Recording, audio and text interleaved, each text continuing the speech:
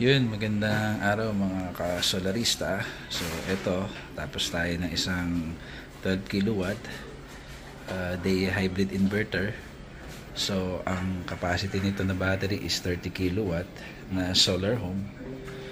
So, ngayon, tetest tayo ng load.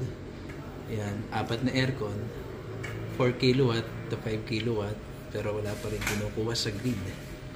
Tapos, ang kanilang battery percentage is 79%. So, medyo hapon na ngayon, alas 3 ng hapon.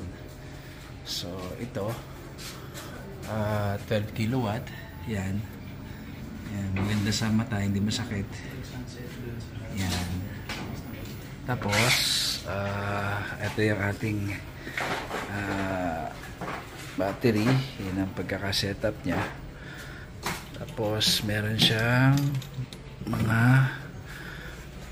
yan, AC side, DC side, DC MCCB, battery breaker. Tapos, yung kanyang ATS, ito, makikita ninyo lahat, Sun3 brand. Yan. So, ito ngayon yung bagong ATS, Sun3 brand. So, testingin natin.